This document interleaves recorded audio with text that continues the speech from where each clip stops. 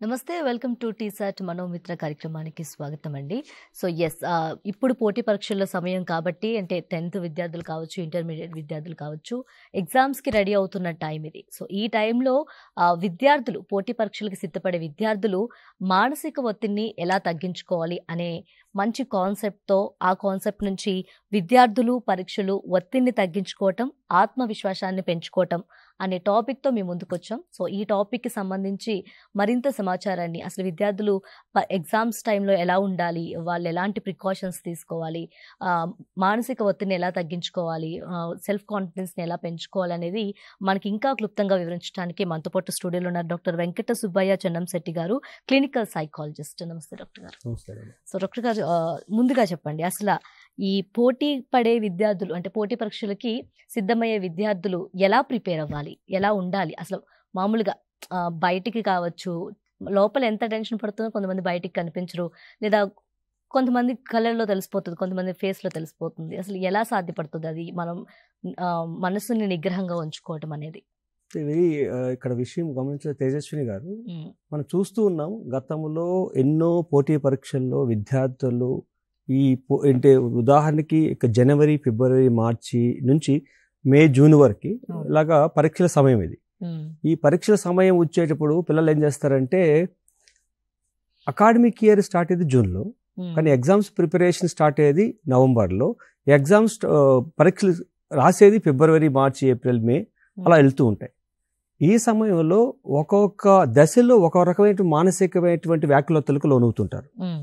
ఎటువంటి మానసికమైనటువంటి వ్యాకులతలకు లోనవుతున్నారంటే, విద్యార్థులలో ఉన్నటువంటి ఒక్కొక్క దశ అంటే బిలో 9 years పిల్లలు, వాళ్ళకి ఈ సమయంలో హెడేక్ రావడం కానీ, స్టమక్ ఏక్ రావడం కానీ, ఏ విషయం పైన కాన్సన్ట్రేషన్ పొందలేకపోవడం కానీ, ఓవర్గా రియాక్ట్ కావడం కానీ, తర్వాత చిన్న చిన్న విషయాలకు రెస్ట్లెస్ కావడం, ఇది ఒక 5 సంవత్సరాల వయసు 5వ క్లాస్ చదివే పిల్లల వరకు అలా ఉంటాయి. 5, 6, 7, 10, 11, 12 అంటే 10th class, intermediate first year, second year ఎగ్జామ్కి వెళ్ళే పిల్లల్లో ఇది హెవీ కాంపిటీషన్లో ఎలా ఉంటారంటే, నిద్ర పట్టకపోవడం కానీ, ఏది ఏకాగ్రత సరిగా జరగకపోవడం కానీ, రెస్ట్లెస్ కావడం కానీ, చిన్న విషయాన్ని కూడా ఎక్కువ కోపద్రికులు కావడం కానీ, సరిగా ఆకలి కాకపోవడం కానీ, చిన్న చిన్న విషయాలకు చిరాకు పడి మానసికమైనటువంటి డిస్టర్బెన్స్కి లోను కావడం కానీ జరుగుతుంటుంది. అంటే పరీక్షా సమయంలో పిల్లల్లో పడేటువంటి మానసికమైనటువంటి వ్యాకులతల్లో ప్రాథమికంగా జరుగుతున్నటువంటి విషయాలు ఇవి. ఇదే సమయంలో కాల సమయం అనేది సరిగా లేకపోవడం, ఎందుకంటే పిల్లలు సరైనటువంటి ప్రణాళిక లేకపోవడం, అంటే జూన్, జూలై నుంచే ప్రణాళిక పరంగా చదువుకునే పిల్లల్లో మానసిక స్థైర్యం మీరు చెప్పిన పరంగా చూస్తే బేసికల్గా సెల్ఫ్ కాన్ఫిడెన్స్ అనేది వ్యక్తిని ఒక విషయాన్ని ప్రదర్శించే దానికోసం ఆ విషయంలో తను తార్ఫీదుగా అంటే ఎగ్జామ్ రాయడానికి దోహదపడుతుంది. కానీ సెల్ఫ్ కాన్ఫిడెన్స్ అనేది నవంబర్, డిసెంబర్లో ఏర్పడేది కాదు. సెల్ఫ్ కాన్ఫిడెన్స్ అనేది తను నిరంతరంగా అకాడమిక్ ఇయర్ స్టార్ట్ అయినప్పటి నుంచి వచ్చేటువంటి విషయాన్ని ఒక సమగ్రంగా అనుభవం చేసుకుంటూ, మెమరీ అంటే గ్రహణ చేసుకుంటూ, దాన్ని ఒక కాంప్రహెన్సివ్గా ఇన్ఫర్మేషన్ని నెరవేర్చుకుంటూ రావాలి. ఎప్పటి నుంచి? జూన్, జూలై నుంచి. అది అలా చేసుకుంటూ వస్తే నవంబర్, డిసెంబర్, జనవరి ఈ పీరియడ్లో రిహార్సల్స్ పీరియడ్, అంటే ఆ పీరియడ్ మనం రివిజన్ చేసుకునేటువంటి సమయం. ఫిబ్రవరి, మార్చిలో ప్రదర్శించేటువంటి సమయం. అలాగే 3 భాగాలు విభజించి ఆ 3 భాగాలలో ఎవరైతే ఇటువంటి అంటే జూన్ నుంచి ప్రిపరేషన్ స్టార్ట్ చేసి ఉంటారో వాళ్ళకి ఈ సమయం రివిజన్ అండ్ రిహార్సల్స్ అండ్ ప్రదర్శించేటువంటి సమయంగా ఉంటుంది. ఎవరైతే అలా చేయరో, అంటే ఎగ్జామినేషన్ లాస్ట్ పీరియడ్లో ఈ యొక్క ప్రిపరేషన్ స్టార్ట్ చేస్తారో వాళ్ళల్లో ముఖ్యంగా మానసికమైనటువంటి వ్యాకులతలను మనం గమనించవచ్చు. ఆ మానసిక వ్యాకులతల్లో ముఖ్యంగా మనం గమనించేది అంటే క్రైసిస్కి వెళ్తూ ఉంటారు. క్రైసిస్ అనేది అంటే వాళ్ళకి సంబంధించిన సిలబస్కు సంబంధించినటువంటి విషయాలు సరైన క్రమంలో వాళ్ళకి లేకపోవడం, అంటే మెటీరియల్ రాకపోవడం, సంబంధించినటువంటి స్టాండర్డ్ మెటీరియల్ లేకపోవడం, అది క్రైసిస్. ఎందుకంటే ఆ పరిస్థితుల్లో ఉన్నాడంటే ఆ పిల్లవాడికి ఏం చదవాలి, ఎలా చదవాలి, ఏది చదివితే కరెక్ట్ అనేది ఒక డైలమా ఉంటుంది. అటువంటి పిల్లవాళ్ళలో ఎక్కువ డిప్రెషన్ పోయేదానికి అవకాశం ఉంది. కనుక ఆ డిప్రెషన్ పోతే తను ఏమవుతుందంటే, తను ఏదైతే చదువుకుంటాడో, ఏదైతే నేర్చుకో ఉంటాడో, ఏదైతే ఉంటుందో ఆ డిప్రెషన్ వల్ల తిరిగి దాన్ని గుర్తు చేసుకొని తను ప్రదర్శించలేని పరిస్థితిలో ఉంటాడు.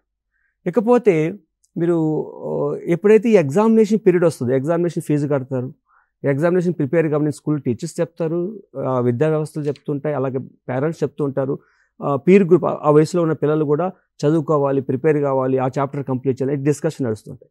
ఎప్పుడైతే ఇటువంటి డిస్కషన్ నడుస్తూ ఉంటాయో వాళ్ళల్లో స్ట్రెస్ లెవెల్స్ పెరుగుతాయి. స్ట్రెస్ లెవెల్ పెరగడానికి మన శారీరకంగా ఏంటంటే కార్టికోసోల్ అనేటువంటి హార్మోను కొంచెం ఎక్కువ మోతాదులో రిలీజ్ కావడం జరుగుతుంటుంది. ఆ యొక్క ఎక్కువ మోతాదులో రిలీజ్ కావడం వలన ఆ యొక్క కార్టికోసోల్ హార్మోన్ వలన స్ట్రెస్ ఎక్కువై, యాంగ్జైటీ ఎక్కువై, ఏదైతే గతంలో నేర్చుకో ఉంటాడో ఆ నేర్చుకునే విషయాన్ని త్వరితగతిన ప్రదర్శించలేకపోతాడు. అది జరుగుతుంది బయలాజికల్గా. ఇంకా సైకలాజికల్గా పోతే ఎప్పుడైతే పిల్లలు ఈ ఫిబ్రవరి, మార్చ్, ఏప్రిల్ కాలానికి వస్తారో ఆ సమయంలో ప్రతి ఒక్క విద్యార్థి ఫ్రెండ్స్ ఎవరైనా కానీ ఎవరి యొక్క రివిజన్లో వాళ్ళు బిజీగా ఉంటారు. ఆ బిజీగా ఉండడం వల్ల ఏమవుతుందంటే ఒకరికొకరి సహాయం చేయలేనటువంటి పరిస్థితులు ఉంటాయి. ఆ సహాయం చేయలేనటువంటి పరిస్థితులు ఉన్నప్పుడు ఆ ఫ్రెండ్స్తో ఓకే నా ఫ్రెండ్ ఉన్నాడు, నాకు ఎక్స్ప్లెయిన్ చేస్తాడు, నాకు చెప్తాడు, నాకు సపోర్ట్ చేస్తాడు అనేటువంటి ఒక రకమైనటువంటి సపోర్ట్ సిస్టమ్ తనకి కొలాప్స్ అవుతుంది. ఆ కొలాప్స్ కావడం వల్ల ఏమవుతుందంటే తన నిర్లిప్తత భావన అలాగా డిస్టర్బ్ అవుతుంటాడు. అలాగే డిస్టర్బ్ అయిన వ్యక్తి అప్పుడు చదవడం మొదలు పెడతాడు. అంటే నియర్ ది ఎగ్జామ్స్ చదవడం మొదలు పెట్టడం వల్ల ఏమవుతుందంటే ఆ వ్యక్తిలో ఆ యొక్క గ్రహణ శక్తి, కాంప్రహెన్సివ్ మెమరైజేషన్ అనేది జరగదు. ఇంకా డెప్త్గా సైకలాజికల్ పాయింట్ ఆఫ్ వ్యూ మనం ఆలోచించాలంటే మనకి మెమరైజేషన్ ప్రాసెస్ అనేవి డిఫరెంట్గా ఉంటాయి. ఒకటి స్కిమాటిక్ మెమరైజేషన్ అంటారు. స్కిమాటిక్ మెమరైజేషన్ అంటే ఏదైనా ఒక విషయాన్ని అర్థపూర్వకంగా అర్థం చేసుకొని దాన్ని నిర్లిప్తమైన భావనలో మనం మెమరైజేషన్ చేయాలి. అంటే ప్రతి ఒక్కదానికి అర్థం తెలుస్తుండాలి, అది ఒక రకమైన. ఇంకోటి వినడం ద్వారా అర్థం చేసుకుంటాం, గుర్తుపెట్టుకుంటాం, అది కొంతకాలం ఉంటుంది. చూడడం ద్వారా కొన్ని విషయాలు అర్థం చేసుకుంటాం, అది కొంతకాలం ఉంటుంది. కానీ బేసికల్గా ఇక్కడ ఏమవుతుంది, ఇప్పుడు లాస్ట్ మినిట్లో చదివే వ్యక్తులు చూడడం ద్వారానో లేదంటే చదవడం ద్వారానో గుర్తుపెట్టుకోవాలి.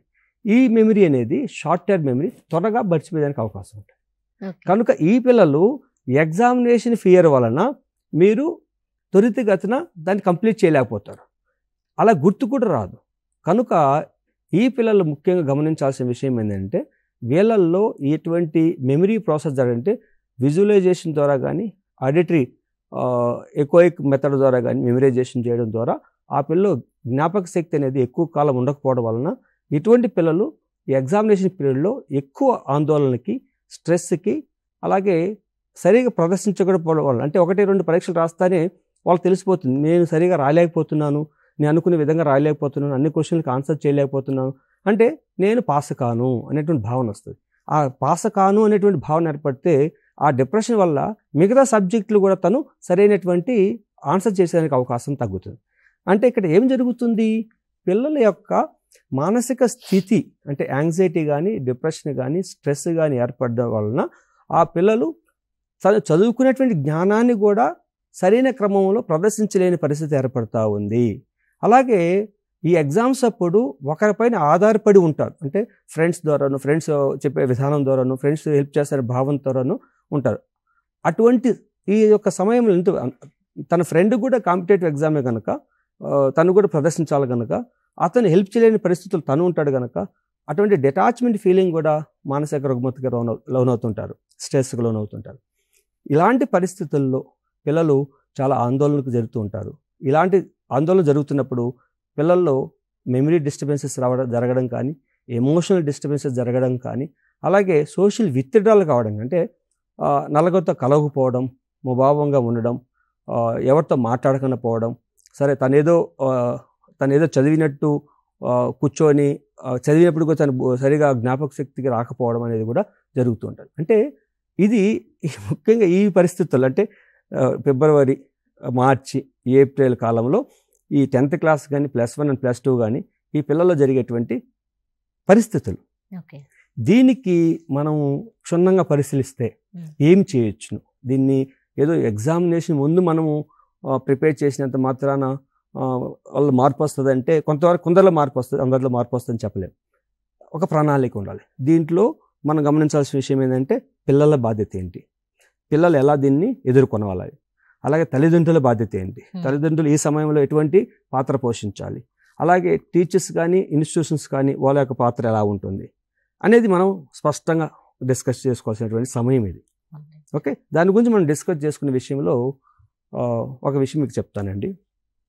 చాలా రీసెర్చ్ స్టడీస్ ఉన్నాయండి. చాలా రీసెర్చ్ స్టడీస్లో కూడా చెప్పిన విషయాలు ఏంటివంటే, చాలామంది పిల్లల్లో యాంగ్జైటీ వలన, ఫోబిక్ యాంగ్జైటీ వలన, ఎక్స్ట్రీమిటీ ఆఫ్ స్ట్రెసెస్ వలన, కార్టికోసోల్ హార్మోన్ ఎక్కువ రిలీజ్ కావడం వలన, ఆ యొక్క కార్టికోసోల్ హార్మోన్ హిపోకాంపస్ పైన ఇంపాక్ట్ కావడం వల్ల, హిపోకాంపస్ అనేది మెమరీ, అంటే ఎక్కడైతే మనం ఇన్ఫర్మేషన్ స్టోర్ చేసుకుంటాం బ్రెయిన్లో, ఆ బ్రెయిన్లో నుంచి ఆ యొక్క యాక్సెసిబుల్ ఆఫ్ ఇన్ఫర్మేషన్ అనేది సరిగా రాకపోవడానికి కారణం ఈ యొక్క కార్టికోజోల్ అనేది హిపోకాంపస్ పైన ఇంపాక్ట్ చేయడం వలన సరైనటువంటి సమయంలో సరైనటువంటి గ్రహణ శక్తికి రాకపోవడం అనేది జరుగుతూ ఉన్నదని ఒక రీసెర్చ్ స్టడీ చెప్తాయి. అలాగే ఎవరైతే పిల్లలు ఈ యొక్క సరైనటువంటి స్టడీ హ్యాబిట్ షెడ్యూల్ అనేది ప్రారంభించలేకపోవడం వలన, దాన్ని అవలంబించలేకపోవడం వలన, వాళ్ళలో నియర్ ఎగ్జామ్స్ ప్రిపరేషన్ అనేది స్టార్ట్ చేయడం వల్ల, అదే రోట్ మెమరీ అంటే బై హార్ట్ చేయడం ద్వారా వాళ్ళు సరైన పద్ధతిని ప్రదర్శించలేకపోతున్నారు అనేది రీసెర్చ్ స్టడీ చెప్తుంటాయి. ఇవి రీసెర్చ్ స్టడీస్ కానీ డేటా కానీ ఆల్రెడీ ఎస్టాబ్లిష్డ్. కానీ ఎవరు ఇంప్లిమెంట్ చేయాలి, దాన్ని ఒక క్రమబద్ధకరంగా ఎవరు చెప్పాలి అని ఆలోచిస్తే, విద్యా వ్యవస్థల్లో ఎలాగైతే స్కూల్ కరికులం టైం టేబుల్ ఎలా ఉంటుందో అదేవిధంగా ప్రతి ఒక్క విద్యార్థికి ఒక స్టడీ హ్యాబిట్ షెడ్యూల్ అనేది ఉండి దాన్ని పాటింపజేయాల్సినటువంటి వ్యక్తులు ఇద్దరు. ఒకరు టీచరు, రెండో వ్యక్తి పేరెంట్స్. వీళ్ళిద్దరూ సూపర్వైజ్ చేయాలి. ఎలాగ సూపర్వైజ్ చేయాలి? ఒక టీచర్గా తన క్లాస్ సబ్జెక్ట్ చెప్పిన తర్వాత ఆ యొక్క సబ్జెక్ట్ యొక్క కన్సెప్షువలైజ్ కాంప్రహెన్సివ్ ఇన్ఫర్మేషన్ ఏంటి అన్నది ఆ యొక్క క్లాస్ చెప్పిన వెంటనే ప్రశ్నించే పద్ధతి అనేది చాలా ముఖ్యమైన పద్ధతి. ఉదాహరణకి మనకు ఒక 45 నిమిషాలు కాలం పాటు మన క్లాస్ చెప్పాలి. 45 నిమిషాల క్లాస్ చెప్పే దాంట్లో 45 మినిట్స్ సబ్జెక్ట్ చెప్పకూడదు.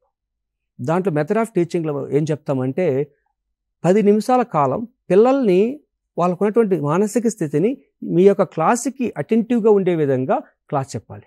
అంటే ఒక చిన్న ఇనిషియేటివ్ స్టోరీ చెప్పడము, ఆ సబ్జెక్టుకు మీరు చెప్పే కంటెంట్కి సంబంధించినటువంటి ఒక సోషల్ ఇష్యూ తీసుకురావడము, ఆ సోషల్ ఇష్యూ తీసుకొచ్చిన తర్వాత ఈ సబ్జెక్ట్ని కన్వర్ట్ చేసి ఆ సబ్జెక్ట్ని ఒక హాఫ్ అన్ అవర్ కాంప్రహెన్సివ్గా చెప్పిన తర్వాత ఆ సబ్జెక్ట్లో మనం నేర్చుకునేటువంటి విషయాన్ని మన లైఫ్లో మన సమాజంలో ఏ విధంగా ఉపయోగపడుతుంది అనేటువంటి సోషల్ కాగ్నేటివ్గా చెప్పగలిగితే పిల్లలు ఏం చేస్తారంటే, they can make imaginary about the subject.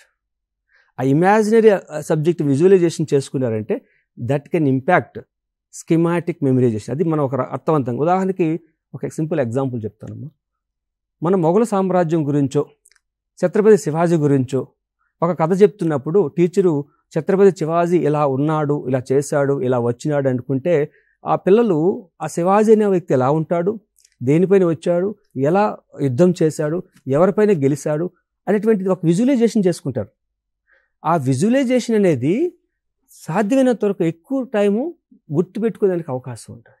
అలాగా టీచింగ్ మెథడ్స్ మనం అవలంబించగలిగితే, అందుకోసం మనకున్న టెక్నాలజీ ప్రకారం ఎల్సిడి ప్రాజెక్ట్స్ ద్వారా, ఆడియో విజువల్స్ ద్వారా మనం క్లాసులు చెప్పమంటున్నాం. ఒకటి వింటారు, రెండోది చూస్తారు, విజువలైజేషన్ చేసుకుంటారు. ఆ మెథడ్ అనేది పిల్లలు పరీక్షల్లో గుర్తుపెట్టుకో రాసేదానికి అవకాశం ఉంటుంది.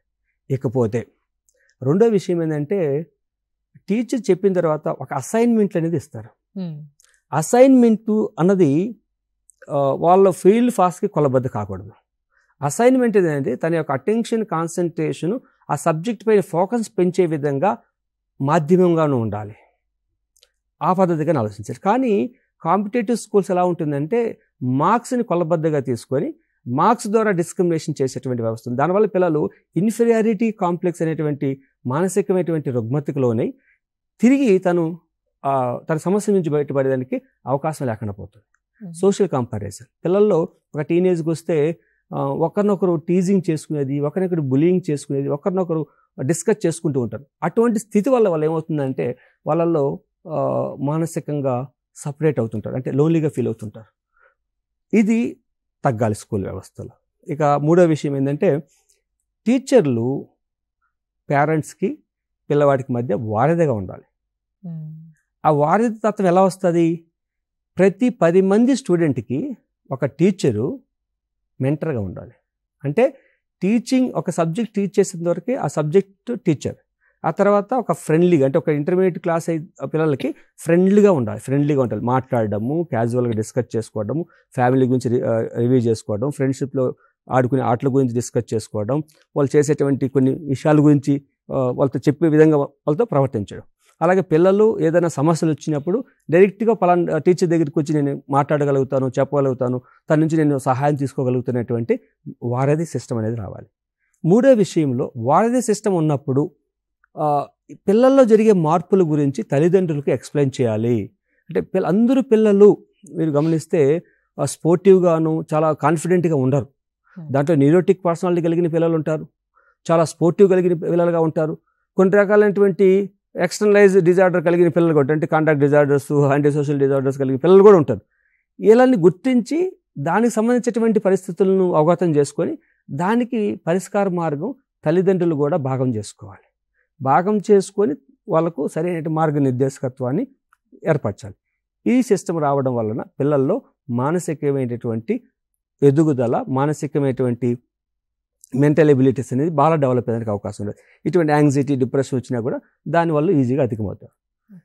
ఇది సిస్టమ్ ఆఫ్ స్కూల్లో ఇంకొక రకమైన కరికులం ఏమి ఎక్స్పెక్ట్ చేస్తారంటే, ఒక మెంటల్ హెల్త్ ప్రొఫెషనల్ నేను చెప్పగలిగేదంటే, పిల్లలకి ఇంచేపు సబ్జెక్ట్ నాలెడ్జ్ని 4 గోళ్ల మధ్య టీచింగ్ చేయడమే కాకుండా social skills, motivative skills and moral values చెప్పగలిగేటువంటి కొన్ని ఆటల ద్వారా, రిక్రియేషనల్ యాక్టివిటీస్ ద్వారా, సోషల్ రెస్పాన్సిబిలిటీస్ ద్వారా వాళ్ళల్లో మార్పు తీసుకురావాలి. దాన్ని కూడా పాఠ్యాంశంగా ఏర్పడాలి. ఎందుకు మీరు చూడండి, మేము చెప్పేటువంటి మెంటల్ హెల్త్ ఎడ్యుకేషనల్ మెంటల్ హెల్త్లో మేము స్పష్టంగా వ్యక్తపరిచింది ఏంటంటే, ప్రతి ఒక్క స్కూల్కి ఒక కౌన్సిలర్లు ఉండాలి, ప్రతి ఒక్క స్కూల్లో పిల్లల యొక్క లైఫ్ స్కిల్ ట్రైనింగ్కి కోచ్ ఉండాలి, అటువంటి ట్రైనింగ్ ఇవ్వాలి అని చెప్తుంటాం. అటువంటి చేయడం ద్వారా పిల్లల్లో మానసికమైనటువంటి యాక్సెప్టెన్స్ లెవెల్ పెరుగుతాయి, బాగుంటుంది. ఇవి స్కూల్ సిస్టంలో ఆశించదగినటువంటి సిస్టమ్ ఉండాలని కోరుకుంటాం. ఇక ఫ్యామిలీలో మనం గమనిస్తున్నాం, తల్లిదండ్రులు చాలా స్పష్టంగా మంచి స్కూల్లో జాయిన్ చేయించినాం, మా పిల్లలకు మంచి మార్క్స్ రావాలి, మంచి ర్యాంక్స్ రావాలి, 10/10 అట్లీస్ట్ 9.8/10 CGPC కావాలి అనేటువంటి ఎక్స్పెక్టేషన్స్ పెట్టుకుంటారు.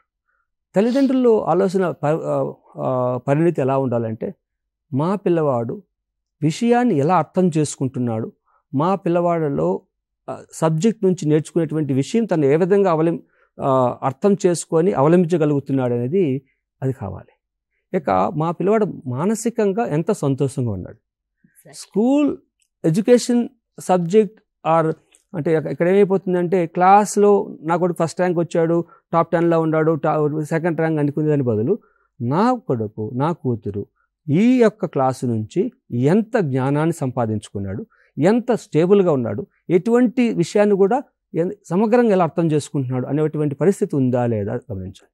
అలాగే తల్లిదండ్రుల యొక్క బాధ్యత ఏంటంటే, మీ పిల్లవాడు ఎటువంటి ఫ్రెండ్షిప్ని కలిగి ఉన్నాడు, ఎటువంటి అలవాట్లు కలిగి ఉన్నాడు, ఎటువంటి టైం మేనేజ్మెంట్ కలిగి ఉన్నాడు, time management, social responsibility, family రెస్పాన్సిబిలిటీని ఏ విధంగా స్పోర్టివ్గా తీసుకుంటున్నాడు అనేటువంటి విషయాన్ని కూడా గుర్తించాల్సింది తల్లిదండ్రులు.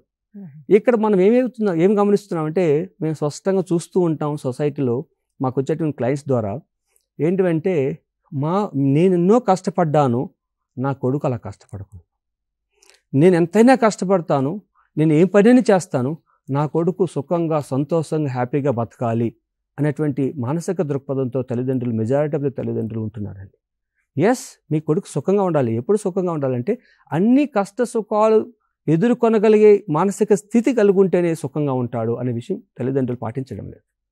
దాన్ని అవగతం చేసుకొని మీ పిల్లలకి, మీ యొక్క పిల్లవాడు స్కూల్కి వెళ్ళే సమయం నుంచి ఫస్ట్ 2 years, 3 years, 4 yearsలో కథలు చెప్పడం మొదలుపెట్టండి.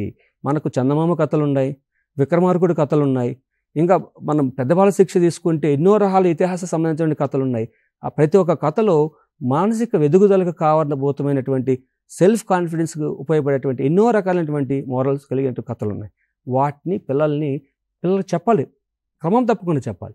ఓకే సార్, అంటే ఇప్పుడు ఈ బోర్డ్ ఎగ్జామ్స్ కావచ్చు లేదా పబ్లిక్ ఎగ్జామ్స్ కావచ్చు, ఇందులో బాగా మార్కులు తెచ్చుకోవాలని తల్లిదండ్రులు at the same time teachers వీళ్ళని బాగా ప్రెజర్ చేస్తూ ఉంటారు. దీని నుంచి వీళ్ళు అసలు దీన్ని ఎలా మేనేజ్ చేసుకోవాలి స్టూడెంట్స్? ఒక విషయం అండి, తల్లిదండ్రులు కానీ స్కూల్ బోర్డ్ అంటే స్కూల్స్ కూడా కొన్ని స్కూల్స్ ఉన్నాయి, ఎందుకంటే మా స్కూల్ ఫస్ట్ ర్యాంక్ రావాలి. పిల్లలు గుర్తించాల్సిన విషయం ఏంటంటే మీరు ఏం చదువుకున్నారు, what you studied, what is your syllabus. నీ సిలబస్ పైన నీకు క్లారిటీ ఉండాలి, నీ సిలబస్ పైన నీకు చాలా క్లారిటీ ఉండాలి.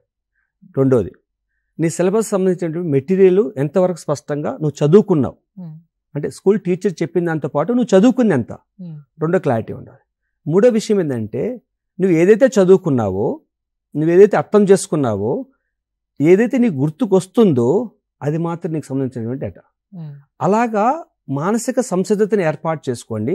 ప్రతి ఒక్క స్టూడెంటు ఇంట్రోస్పెక్టివ్ అనాలిసిస్ చేసుకోవాలి, నువ్వు అవగతం చేసుకోవాలని దీని అర్థం. ఎలా అవగతం చేసుకుంటావు? నీ సబ్జెక్టు, నీ యొక్క ప్రాక్టీసు, నీకున్నటువంటి ఎబిలిటీ టు రీకాల్, వీటి బట్టి అర్థం చేసుకుంటావు. దీన్ని ఆధారంగా చేసుకొని నువ్వు ఎగ్జామ్ అపీర్ కావాలి.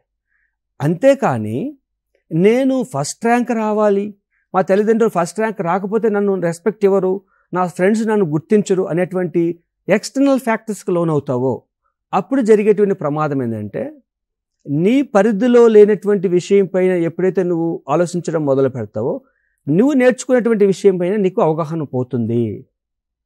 Simple logic.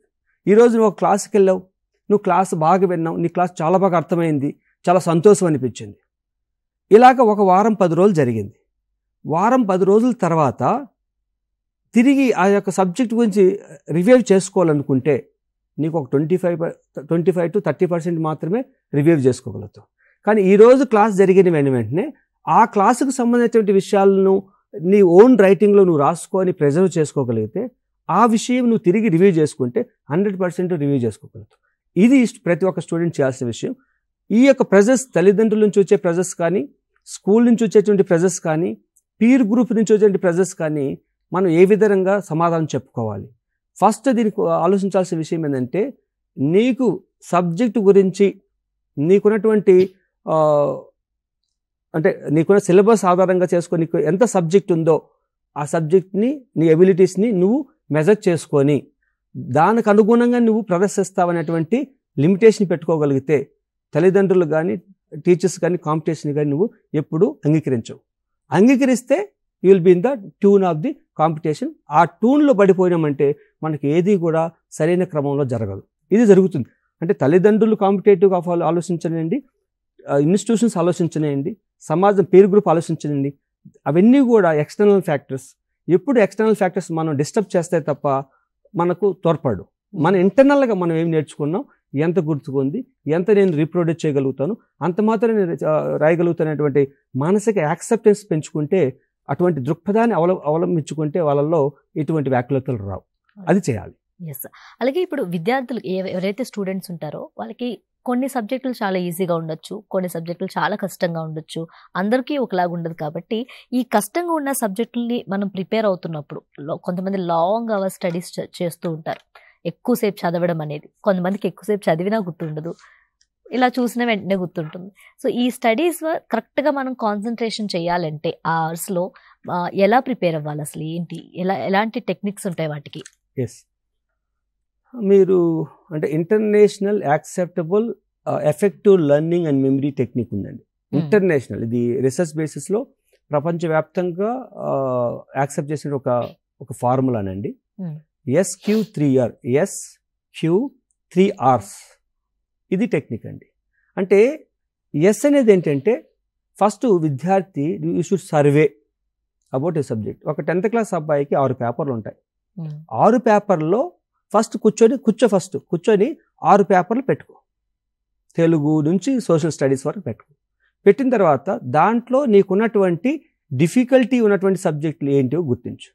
కొందరికి సాంస్క్రిట్ డిఫికల్టీ ఉండొచ్చు, కొందరికి మ్యాథమెటిక్స్ డిఫికల్టీ ఉండొచ్చు, కొందరికి బయాలజికల్ సైన్స్ డిఫికల్టీ ఉండొచ్చు, కొందరికి సోషల్ స్టడీ అంటే ఉంటాయి. First you survey. ఆ సర్వే అయిపోయిన తర్వాత యూ పుట్ ఇన్ ఒక మెజర్మెంట్, అంటే దాన్ని ఒక రిథమిక్గా పెట్టాలి. ఈ యొక్క రిథమిక్ విషయం, ఈ యొక్క హైరార్కీ ఏంటంటే ఏదైతే డిఫికల్టీ ఉన్న సబ్జెక్ట్ ఉంటుందో ఆ డిఫికల్టీ సబ్జెక్ట్కి ఫస్ట్ ఎక్కువ టైం ఇచ్చే విధంగా నీ యొక్క హైరార్కీని ప్రిపేర్ చేసుకోవాలి compare to easiest subject. Hierarchy preparation అనేది ఫస్ట్ కంప్లీట్గా నువ్వు ఆలోచించుకొని రాయాల్సినటువంటి హైరార్కీ ప్రిపరేషన్.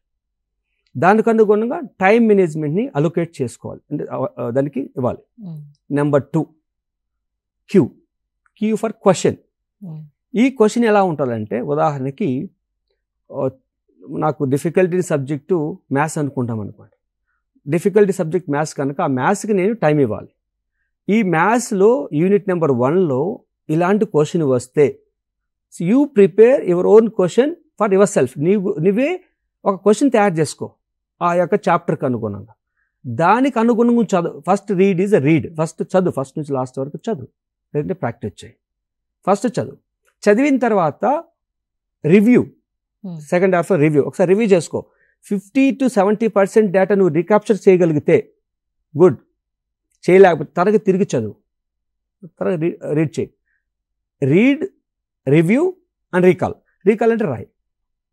సో అల్టిమేట్గా ఏమవుతుందంటే, నీవు ఒక చాప్టర్ సంబంధించినటువంటి క్లాస్ టీచర్ చెప్పినటువంటి ఇన్ఫర్మేషన్, టెక్స్ట్ బుక్లో ఉన్నటువంటి ఇన్ఫర్మేషన్, యువర్ ఓన్ నోట్స్ అనేది ఏర్పడుతుంది. ఈ రెండు ద్వారా నీ నోట్స్ ఏర్పడుతుంది. ఈ నీ నోట్స్ అనేది నీకు ఎప్పుడైనా ఓపెన్ చేస్తే you can recapture all the information. అది ఈ SQ3R మెథడ్ ఆఫ్ టెక్నిక్ అనేది ప్రాథమిక దశ నుంచి ప్రారంభిస్తే చాలా ఎఫెక్టివ్గా ఉంటుంది. ఆ యొక్క టెక్నిక్ అనేది ఇంటర్నేషనల్ యాక్సెప్టబుల్ టెక్నిక్ అండి. ఓకే, ఇది చాలా బాగుంటుంది. ఆల్రైట్ డాక్టర్ గారు, అంటే మనకి exams, studies, long hour studies ఇవన్నీ చూసుకుంటే వీటన్నిటికీ మెయిన్ కావాల్సింది టైం. అసలు స్టూడెంట్స్ ఈ టైం మేనేజ్మెంట్ని ఎలా చేసుకోవాలి, ఎలా మేనేజ్ చేసుకోవాలి, ఎలా అంటే డివైడ్ చేసుకోవాలి టైంని? అంటే ఇప్పుడు గతంలో మనం మాట్లాడుకుంటే SQ3R మెథడ్లో కూడా మనం ఏం చేస్తున్నామంటే, డిఫికల్టీ సబ్జెక్ట్కి ఎక్కువ టైం పరిగణించండి, అలాగే ఈజియెస్ట్ సబ్జెక్ట్కి తక్కువ టైం కేటాయించండి. కానీ టైం ఎలా సెగ్రిగేట్ చేయాలి, ఇక టైం ఎలా సెగ్రిగేట్ చేసుకోవాలి అన్నది ఏంటంటే, నీకున్నటువంటి 24 అవర్స్లో 8 అవర్స్ స్లీప్కి వదిలేస్తే మిగతా 16 గంటలని కాలకృత్యాలు, స్నానం చేసుకోవడాలు, జర్నీకి ఒక 4 అవర్స్ తీసేస్తే అంటే టోటల్ 12 అవర్స్ అయిపోయింది. రిమైనింగ్ 12 అవర్స్ ఉన్నాయి. 12 అవర్స్లో కూడా మీకు అంటే కాలేజ్ కానీ స్కూల్ ఉంటే ఒక 5 అవర్స్ ఉంటుంది. 17 అవర్స్ అయిపోతుంది. 17 అవర్స్ అయిపోతే తిరిగి 7 అవర్స్ అనేది మనకు రిమైనింగ్ ఉంటుంది. ఈ 7 అవర్స్ని మనం సెగ్రిగేట్ చేసుకోవాల్సిన విషయం ఏంటంటే, క్రమంగా ప్రతిరోజు కొంత టైంని కొన్ని సబ్జెక్ట్కి మనం అలొకేట్ చేసుకుంటూ రావాలి. అది ఒక టైం టేబుల్ని ఫిక్స్ చేసుకొని మనం ఎక్కడైతే స్టడీ రూమ్ ఉంటుందో అక్కడ స్టడీ రూమ్లో మనం పెట్టుకోవాలి. ఆ స్టడీ రూమ్లో పెట్టుకోవడం వల్ల ఏమవుతుందంటే, మనకు మన యొక్క ఇట్ ఈస్ ఎ రిమైండర్, మనం ఏం చేయాలి, నెక్స్ట్ ఏం చేయాలి, నెక్స్ట్ ఏం. అలాగా మీరు క్రమం తప్పకుండా ప్రాక్టీస్ చేసుకుంటూ పోతే ఆటోమేటిక్గా ట్యూన్ అవుతాం. ఇక ఇప్పుడు ఎగ్జామినేషన్ పీరియడ్ వచ్చింది, ఇప్పుడు ఎలా మేనేజ్ చేసుకోవాలి, ఇప్పుడు ఎలా ఉండాలి. ఉదాహరణకి ఎగ్జామినేషన్ పీరియడ్ ఎలా ఉంటారంటే, విద్యార్థులు ఉదాహరణకి ఈరోజు తెలుగు సబ్జెక్టు ఎగ్జామ్ అయిపోయిందంటే రేపు ఇంగ్లీష్కి ప్రిపేర్ కావాలి. అంటే రేపు లేదంటే ఒక రోజు గ్యాప్తో తర్వాత రెండో రోజు ఎగ్జామినేషన్కి అపీర్ కావాలి. ఇప్పుడు మనం ఏం చేస్తామంటే, నెక్స్ట్ ఇంగ్లీష్ ప్రిపరేషన్కి ఇంగ్లీష్ బుక్ తీసుకొని కంటిన్యూగా చదవడం వల్ల అది ఎక్కువసేపు జ్ఞాపక శక్తికి పోదు. దానికోసం ఏం చేస్తామంటే, ప్రతి ఒక్క 2 గంటలు కానీ 3 గంటలు కానీ 2 గంటలు లేదంటే 3 గంటలు కానీ సబ్జెక్ట్నైనా మార్చాలి, లేదంటే స్పేస్ ఇచ్చి చదవాలి, గ్యాప్ ఇవ్వాలి. మినిమం 15 minutes ఇంటర్ఫిరెన్స్ కలగాలి. అలా చదివితేనే గుర్తుపెట్టుకోగలుగుతాం. అలా కాకుండా ఆ బుక్ ఇంగ్లీష్ బుక్ లేదంటే మ్యాథ్స్ బుక్ లేదా సైన్స్ బుక్ పెట్టుకొని కంటిన్యూస్గా కూర్చొని చదువుకుంటూ పోవడం, లేదంటే రాసుకుంటూ పోవడం, చూస్తూ పోవడం వల్ల ఏమవుతుందంటే, అలాగా పాస్ అవుతుంది కానీ ఇన్ఫర్మేషను దాంట్లో ఫోకస్ కాదు, అంటే మెమరీస్ కాదు.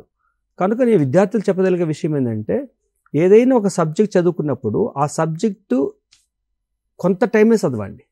ఒక 1 hour 2 hours అట్మోస్ట్, తప్పదంటే 3 గంటలు చదవచ్చు కంటిన్యూస్గా. ఆ తర్వాత కంపల్సరీగా మీరు ఒక 15 to 30 minutes గ్యాప్ స్పేస్ ఇవ్వాలి. స్పేస్ ఇచ్చేసి ఆ స్పేస్లో మీరు ఇక్కడ రిలాక్స్, మీరు కొంచెం వాకింగ్ చేసుకోవచ్చు, ఏదైనా ఫిజికల్ ఎక్సర్సైజ్ చేయొచ్చు, లేదంటే ఒక మంచి మ్యూజిక్ వినొచ్చు, తల్లిదండ్రులతో కొద్దిగా మాట్లాడచ్చు. అంటే ఆర్గ్యుమెంటేటివ్ వెరీ డీప్ డిస్కషన్స్తో కాకుండా, అంటే ఎక్కువ ఎమోషనల్ కనెక్టెడ్ డిస్కషన్ కాకుండా చాలా సంతోషకరమైన డిస్కషన్ చేయడం ద్వారా తిరిగి ఇంకొక సబ్జెక్ట్ని మనం స్టార్ట్ చేసుకోవచ్చు. అలా చేయడం ద్వారా బాగా గుర్తుంటుంది. దాన్ని ఒక రకంగా చెప్పాలంటే స్పేస్ అండ్ రీడ్ ఇలా ఉంటుంది. ఇకపోతే స్మార్ట్ టెక్నిక్ ఉంటుంది. స్మార్ట్ టెక్నిక్ అంటే specify, S for specify, M for measurable, A for achievable, R for relevant, T for time bound. ఈ యొక్క స్మార్ట్ అనేటువంటి టెక్నిక్ మనం ఉపయోగిస్తే పిల్లలకి ఏమవుతుందంటే స్మార్ట్ వలన అన్నీ కూడా నువ్వు చేయగలిగేటువంటిది నీకు యాక్సెసిబుల్ ఉన్నటువంటి మాత్రం చేయగలుగుతున్నావు. ఈ స్మార్ట్ టెక్నిక్ని ఉపయోగిస్తే మీలో ఒక సబ్జెక్ట్ పైన ఒక విషయాన్ని ఎదుర్కొనే విధంగా మిమ్మల్ని బాగా ఉపయోగపడుతుంది. ఇదే సమయంలో మీరు ఆలోచించాల్సింది ఏంటంటే ఈ యొక్క ఎగ్జామినేషన్ పీరియడ్ నుంచి లేదా ముందటి నుంచే కూడా కంటిన్యూస్గా 24 hours షెడ్యూల్ని ఫ్రీ ఫిక్స్ చేసుకోవాలి. అంటే ముందుగానే గమనించి ఫ్రీ ఫిక్స్ చేసుకోవాలి. దీంట్లో విద్యార్థి యొక్క బాధ్యత ఏంటంటే నువ్వు ఫ్రీ ఫిక్స్ చేసుకుంటున్నప్పుడు దానికి సంబంధించిన విషయాన్ని స్పష్టంగా పాటించేదానికి మీరు నిర్ణయించుకొని ఉండాలి. కొన్ని సందర్భాలు ఏమంటే ఇంటర్ఫిరెన్స్ ఫ్యాక్టర్స్ ఉంటాయి.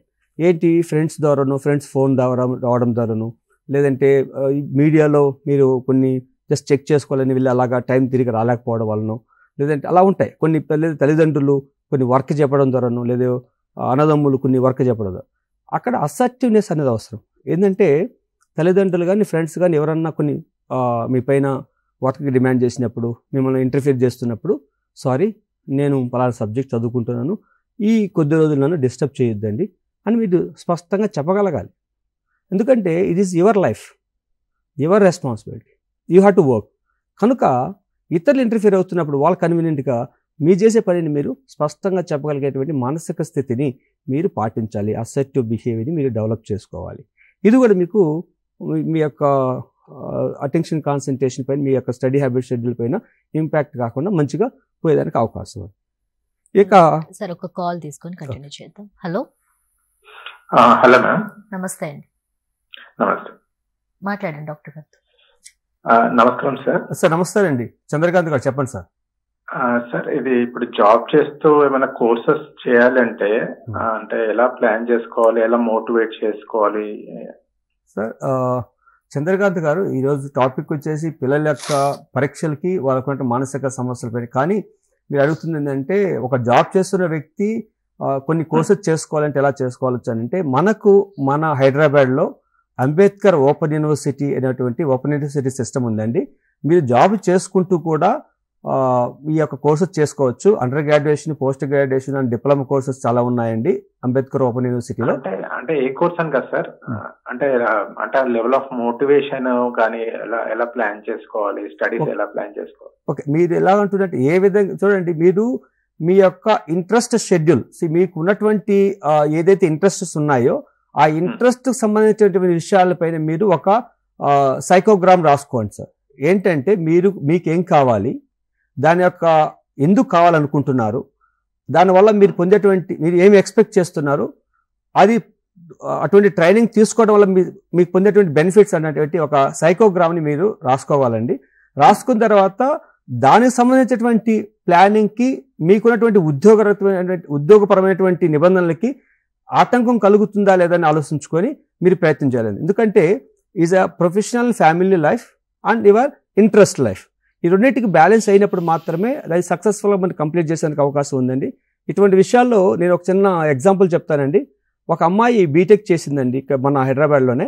బీటెక్ చేసిన తర్వాత తనకు చేస్తూ ఉన్నప్పుడే తనకి ఒక డిస్టెన్స్ ఎడ్యుకేషన్ ఒక కోర్స్ చేసి తనకి ఇష్టమైనటువంటి వృత్తిపరమైనటువంటి జాబ్ తీసుకోవాలనే ఉద్దేశంతో తను ఈరోజు పిహెచ్డి ఇన్ సైకాలజీ మినిసోటా యూనివర్సిటీలో చేసి తను ఒక సీనియర్ రెసిడెంట్గా వర్క్ చేస్తుంది. అంత గొప్ప స్థాయికి రావడానికి ఉన్నటువంటి తను చేసినటువంటి వర్క్ బ్యాలెన్స్ అండ్ తన యొక్క ఇంట్రెస్ట్ అయినటువంటి ఏరియాని చూస్ చేసుకోవడం అండి. మీరు కూడా అలా చేసుకోవచ్చు అండి. రైట్, థ్యాంక్ యూ చంద్రకాంత్ గారు. Please continue sir. మనం అనుకున్న విషయాలు అంటే పిల్లల్లో ఈ యొక్క టైం మేనేజ్మెంట్ ఈ పీరియడ్లో ఎలా ఉండాలి అంటే, ఎగ్జామినేషన్ దగ్గరికి వచ్చేసినాయి, ఇప్పుడు ఎగ్జామినేషన్స్కి వెళ్తున్నాం, ఈ పీరియడ్లో మనం టైం మేనేజ్మెంట్ ఎలా చేసుకోవాలి? ఫస్ట్ థింగ్ ఏంటంటే, మీరు చేయాల్సిన పనులు ఎలా ఉన్నాయో దాన్ని ఒక ప్రణాళిక పరంగా మనం రాసుకున్న తర్వాత దానికి కావాల్సినటువంటి సంసిద్ధత విషయాలు మీరు పరిగణనలో తీసుకోవాలి. ఏవి సంసిద్ధతలు ఉంటాయిడా? మానసిక, శారీరక సామాజిక సంసిద్ధతలు. మానసిక సంసిద్ధతలు అంటే ఒక వ్యక్తి motivated towards his own responsibility.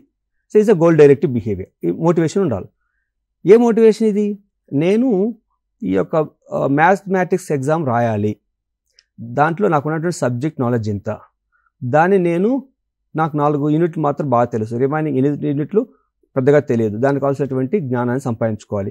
నాకున్న టైము ఒక 48 అవర్స్. ఈ 48 అవర్స్లో నాకు sleep 16 hours per, remaining time నేను ఎలా సెగ్రిగేట్ చేసుకోవాలి అనేది చాలా ముఖ్యమైనటువంటి ప్రణాళిక.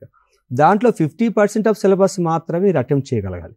అలా కాకుండా మొత్తం సబ్జెక్ట్ను అవగతం చేసుకోవాలనుకుంటే ఏమవుతుందంటే మీకు సరైన ప్రావీణ్యత ఉండదు. దానివల్ల పిల్లలు ఏం చేస్తారంటే ఈ తక్కువ టైంలో ఎక్కువ సబ్జెక్టు చదువుకోవడం వలన ఆ యొక్క సబ్జెక్ట్ పూర్తి పరిపూర్ణత సంపాదించుకోలేకపోవడం వల్ల సరిగ్గా ప్రదర్శించలేకపోతారు. అంటే టయాన్ని బట్టి విషయ జ్ఞానాన్ని సంపాదించుకోవాలనేటువంటి నిర్ణయతకు రావాలి. దానికి మీరు ఫిజికల్ ఎన్విరాన్మెంట్, మీకున్న సోర్సెస్కి సంబంధించినటువంటి మెటీరియల్ సంబంధించినటువంటి క్లారిటీ సంపాదించుకోండి. రెండోది మానసికమైనటువంటి ప్రశాంతత. ఈ సమయంలో మీరు అత్యధికంగా స్ట్రెస్కు లోనవుతారు కనుక మీలో నెగిటివిటీ ఆఫ్ థాట్స్ పెరుగుతూ ఉంటాయి కనుక దీనికి సింపుల్ రిలాక్సేషన్ టెక్నిక్స్ మీరు పాటించాల్సిన ఆవశ్యకత ఉంటుంది. మీరు ఒకసారి యూట్యూబ్లో సెర్చ్ చేసి చూస్తే గైడెడ్ ఇమాజినరీ అనేటువంటి సింపుల్ రిలాక్సేషన్ టెక్నిక్ దొరుకుతుందండి. ఈ యొక్క గైడెడ్ ఇమాజినరీ అనేటువంటి ఎక్సర్సైజ్ ద్వారా మీరు బాడీ మైండ్ రిలాక్సేషన్ పొందడానికి అవకాశం ఉంటుంది. మీ యొక్క స్లీప్ ప్యాటర్న్ను బ్యాలెన్స్ చేయడానికి అవకాశం ఉంటుంది. మీ అటెన్షన్ కాన్సన్ట్రేషన్ అభివృద్ధి పరిచేదానికి అవకాశం ఉంటుంది. మీ యొక్క విజువలైజేషన్ ప్రాసెస్ను కూడా అభివృద్ధి పరిచేదానికి అవకాశం ఉంటుంది ఈ యొక్క గైడెడ్ ఇమాజినరీ అనేటువంటి టెక్నిక్ ఉపయోగించడం ద్వారా. దాన్ని ఎగ్జామినేషన్ సమయంలో ఒక 10-15 నిమిషాలు కేటాయించి మీరు నిరంతరంగా చేయగలిగితే మీలో జరిగేటువంటి యాంగ్జైటీ సిమ్టమ్స్ కానీ మీకు ఏర్పడేటువంటి ఈ యొక్క మానసిక ఆందోళన కానీ తగ్గేదానికి అవకాశం ఉంది. కనుక మీకున్నటువంటి టయాన్ని, మీకున్నటువంటి విషయ జ్ఞానాన్ని, అలాగే మీ యొక్క బాడీ మైండ్ రిలాక్సేషన్ని అవలంబించుకోవాలి. ఇదే సమయంలో తల్లిదండ్రుల యొక్క బాధ్యత కూడా చాలా ఎక్కువగా ఉంటుంది. తల్లిదండ్రులు మీరు ముఖ్యంగా గమనించాల్సిన విషయం ఏంటంటే పిల్లలు ఎగ్జామినేషన్స్ యాంగ్జైటీలో ఉన్నప్పుడు కానీ, ఎగ్జామినేషన్స్ అనేటువంటి మోటివేషన్లో ఉన్నప్పుడు కానీ పిల్లల యొక్క ఆహార పరిస్థితుల్లో సిగ్నిఫికెంట్గా మార్పులు వస్తుంటాయి. సరైనటువంటి ఆహారం తీసుకోలేరు. రెండోది సరిగా నిద్రపోవడం. ఇంకోటి చిన్న చిన్న విషయాలకు చిరాకు పడుతూ ఉంటారు. ఇక్కడ తల్లిదండ్రులు సామరస్యంగా మంచి మనసుతో ఆలోచించాల్సిన విషయం ఏంటంటే పిల్లలు ఎగ్జామినేషన్ యాంగ్జైటీలో ఉన్నారు కనుక మీ ప్రెజెన్స్ చాలా అవసరము. మీరు మీ పిల్లల చెంతన ఉండాలి, కొంత టైం స్పెండ్ చేయాలి. మీ యొక్క టెన్షన్స్ని పిల్లలపైకి అంటే రుద్దేటువంటి తత్వం కాకుండా ఉండాలి. జ్ఞాపక శక్తి కోసం లేదా ఆరోగ్యం కోసం అంటే ఈ పర్టికులర్ ఎగ్జామ్స్ టైంలో వీళ్ళు నిద్రని ఎలా క్రమబద్ధీకరించుకోవాలి అసలు సార్? ఇప్పుడు బేసికల్గా ఏమవుతుందంటే దిస్ టెస్ట్ యాంగ్జైటీ పీరియడ్ అండి. ఈ టెస్ట్ యాంగ్జైటీ పీరియడ్లో పిల్లలకి నిద్రావస్థ స్థితి తగ్గుతుంది. అంటే సుమారు వ్యక్తి ఒక 7-8 గంటలు నిద్రపోవాలి. నిద్రపోగలిగినప్పుడు మాత్రమే తను నేర్చుకునే విషయాన్ని స్పష్టంగా ఒక కాంప్రహెన్సివ్గా రాయగలుగుతాడు. నిద్రావస్థ స్థితి లేకపోతే కంప్లీట్గా ఇతని ఎమోషనల్ డిస్టర్బెన్సెస్ వస్తాయి, జ్ఞాపక శక్తి ప్రాబ్లమ్స్ వస్తాయి, ఎఫికసీ ఆఫ్ అకాడమిక్ ప్రోగ్రామ్ అనేది తగ్గుతుంది. కనుక నిద్రావస్థ స్థితిని పెంచుకోవాలంటే మీకు ఇప్పుడే చెప్పాను నేను, guided imagery or Jacobson progressive muscles relaxation technique. Please make a note, Jacobson progressive muscles relaxation technique, JPMR అనేటువంటి ఒక రిలాక్సేషన్ ఆడియో ఉంది. దాన్ని మీరు ప్రాక్టీస్ చేస్తే మీ యొక్క బాడీ మైండ్ రిలాక్సేషన్ని చాలా మెరుగుపరుస్తుంది. ఈ యొక్క బాడీ మైండ్ రిలాక్సేషన్ మెరుగవడం ద్వారా మీరు ఏకాగ్రత పెరుగుతుంది. ఏకాగ్రత పెరగడం ద్వారా మీరు చదివేటువంటి విషయాలు ఎక్కువ టైం జ్ఞాపకంలో ఉండేదానికి అవకాశం ఉంటుంది. జ్ఞాపకం ఉండడం ద్వారా మీ యొక్క టెస్ట్ యాంగ్జైటీ కూడా తగ్గుతుంది. కనుక మీరు ఎగ్జామినేషన్ మీరు రాసేదానికి అవకాశం ఎక్కువగా ఉంటుంది. కనుక మీరు కొన్ని మెంటల్ ఎక్సర్సైజ్ చేయడం ద్వారా మీలో ఏర్పడేటువంటి ఈ యొక్క టెస్ట్ యాంగ్జైటీ నుంచి మీరు బయటపడేదానికి అవకాశం ఉంటుంది. కొందరికి కూడా ఇన్ఫీరియారిటీ కాంప్లెక్స్, నేను సరిగా సక్సెస్ కానేమో, నేను ఫెయిల్ అవుతానేమో, నేను సరిగా చదువుకోలేదు, I'm not a capable person అనేటువంటి సెల్ఫ్ క్రిటిసిజం అనేది ఎక్కువ ఉంటుంది. ఈ యొక్క సెల్ఫ్ క్రిటిసిజం ఉన్న వాళ్ళలో కూడా ఈ యొక్క Jakobson progressive muscles relaxation technique, guided imagery, ఆ డీప్ మెడిటేషన్ అనేటివి చాలా ఉపయోగపడతాయండి. దీనికి తోడు తల్లిదండ్రుల యొక్క ప్రెజెన్స్ అనేది చాలా ఉపయోగపడుతుంది.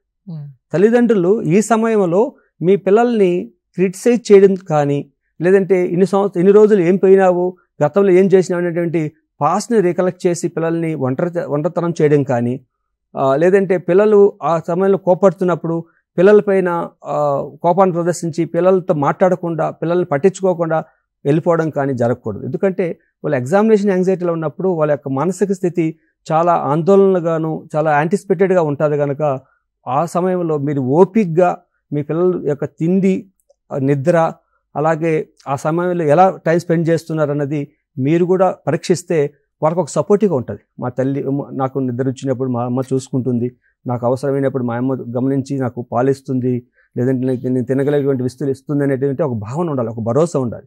అలాగే టీచర్ల యొక్క బాధ్యత కూడా ఉంటుంది. కొన్ని స్కూల్స్లో ఏం చేస్తారంటే ఎగ్జామినేషన్ పీరియడ్లో లేట్ అవర్స్ కూడా వాళ్ళకి ట్రైనింగ్ ఇస్తూ ఉంటారు, అంటే రివిజన్ చేస్తూ ఉంటారు. ఆ రివిజన్ అప్పుడు కూడా టీచర్లు కూడా గుర్తించాల్సిన విషయం ఎందుకంటే negativity of orientation of teaching కంటే కూడా పాజిటివిటీ ఆఫ్ ఓరియంటేషన్ టీచింగ్ అనేది, రివిజన్ అనేది చేయాలి.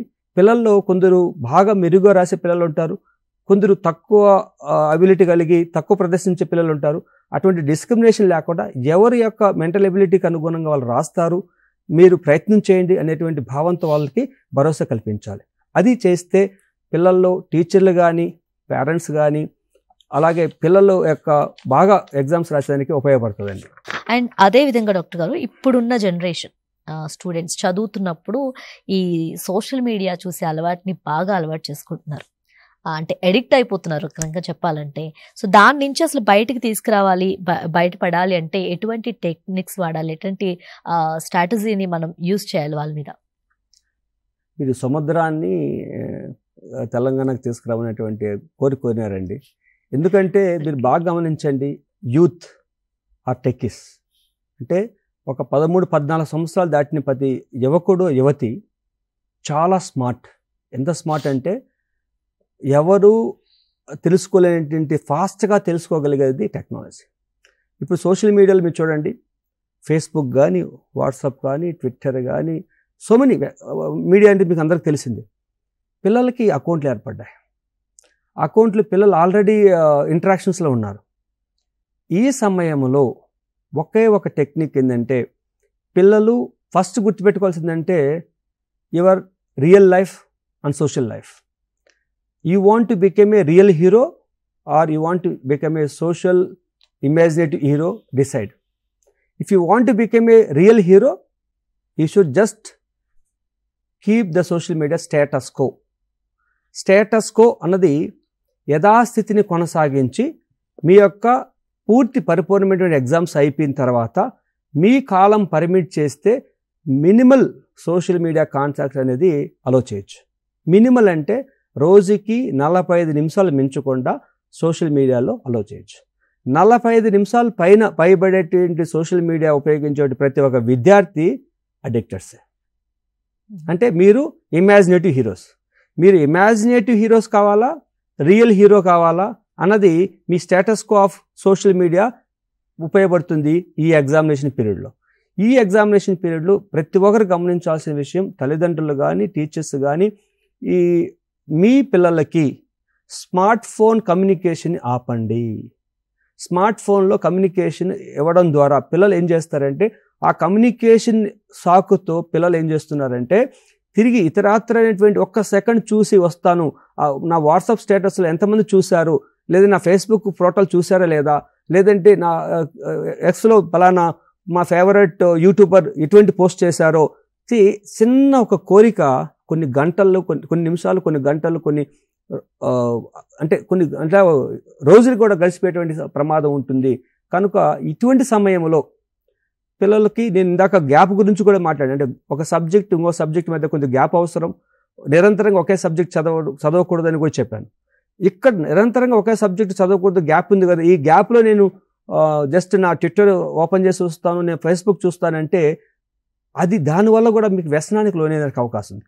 వ్యసనానికి లోను కానటువంటి ప్రవర్తన చేయమన్నా అంటే మీరు మీ ఫ్యామిలీ మెంబర్తో మాట్లాడండి, ఫిజికల్ యాక్టివిటీ చేయండి, ఆ హాఫ్ అన్ అవర్లో స్విమ్మింగ్ చేస్తారో చేయండి, ఒక గ్రౌండ్కి వెళ్ళి ఒక హాఫ్ అన్ అవర్ బ్యాడ్మింటన్ ఆడండి, లేదు అది కాకుండా ఇంకేమైనా ఇతరత్ర పనులు చేయండి.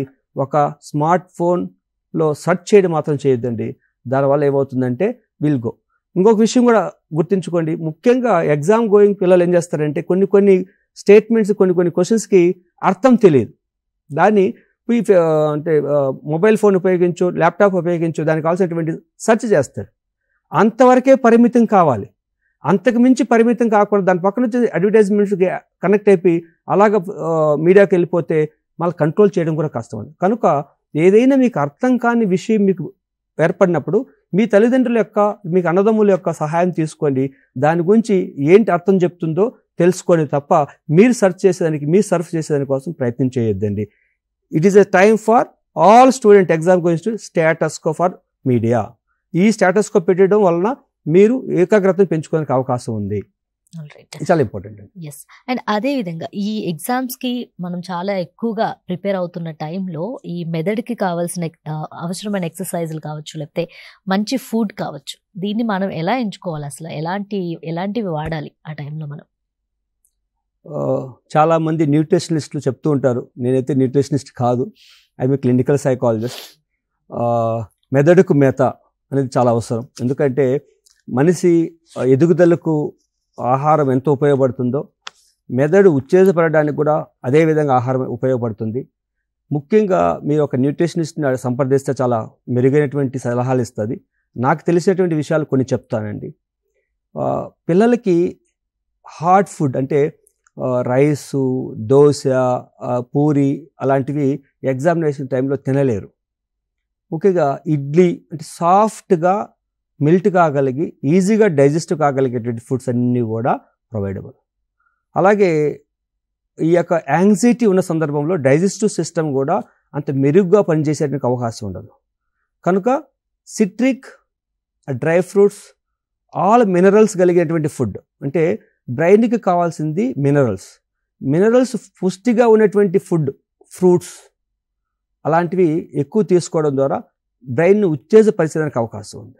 కనుక కొన్ని స్టడీస్లో నేను ఏం చదివానంటే డైలీ 2 cups ఆఫ్ కాఫీ అనేది చాలా మంచిది అని చెప్పి విన్నాను. ఆ 2 cup వరకే పరిమితం చేసుకుంటే కాఫీ ఉపయోగపడుతుంది. 2 cup మించి చేస్తే అది అలవాటు పడుతుంది. కనుక అలవాటుకి బానిస కాకుండా మీ యొక్క ఆరోగ్యానికి పరిమితికి అనుగుణంగా మీరు ఆహారం తీసుకోవాలి. తల్లిదండ్రులు గుర్తించాల్సిన విషయం ఏంటంటే ఈ యొక్క పరీక్షా సమయంలో మీ ఇంట్లో పిల్లలకి ఇష్టమైనటువంటి ఆహార అలవాట్లకు సంబంధించినటువంటి విషయాలన్నీ కూడా తీసుకొచ్చి పెట్టుకోగలగాలి. అది కూడా ఒక బాధ్యత. ఎందుకంటే మనకు పూజా కార్యక్రమానికి 1-2 రోజుల ముందు నుంచే లిస్ట్ ప్రిపేర్ చేసుకొని దానికి సంబంధించినటువంటి ముడిసరికిని రెడీ చేసుకుంటామో మీ పిల్లల యొక్క పరీక్షా సమయానికి కావాల్సిన ముడిసరుకును కూడా రెడీ చేసుకోవాల్సిన బాధ్యత తల్లిదండ్రుల పైన ఉంది. ఆ యొక్క ముడిసరుకు ఏంటంటే మంచి ఆహార అలవాట్లు కలిగినటువంటి విషయాలను తెచ్చుకోవాలి. ఫ్రూట్స్, డ్రై ఫ్రూట్స్, మిల్క్, అలాగే ఈజీ డైజెస్టబుల్ ఫుడ్ అంటే ఎక్కువ ఆయిల్తో ఫ్రై చేసే ఫ్రైల కంటే కూడా ఈజీగా డైజెస్ట్ కాగలిగేటువంటి లిమిటెడ్ నెంబర్ ఆఫ్ టైమ్స్. ఎందుకంటే ఒకేసారి ఎక్కువ తినకుండా, ఒక్కసారి ఎక్కువ తినడం వల్ల కూడా డ్రౌజినెస్ రావడం కానీ, నిద్రావస్థ స్థితికి లోను కావడం కానీ, ఏదో లెథర్జిటీగా అనిపించడం కానీ జరుగుతుంటుంది. లైట్గా ఎక్కువసేపు తినొచ్చు, ఎక్కువ టైం కూడా తినొచ్చు. అలా చేసుకోవడం ద్వారా మంచిది. పిల్లలు నిద్రావస్థ స్థితి కూడా చాలా ఇంపాక్ట్ చేస్తుంది ఫుడ్ పైన.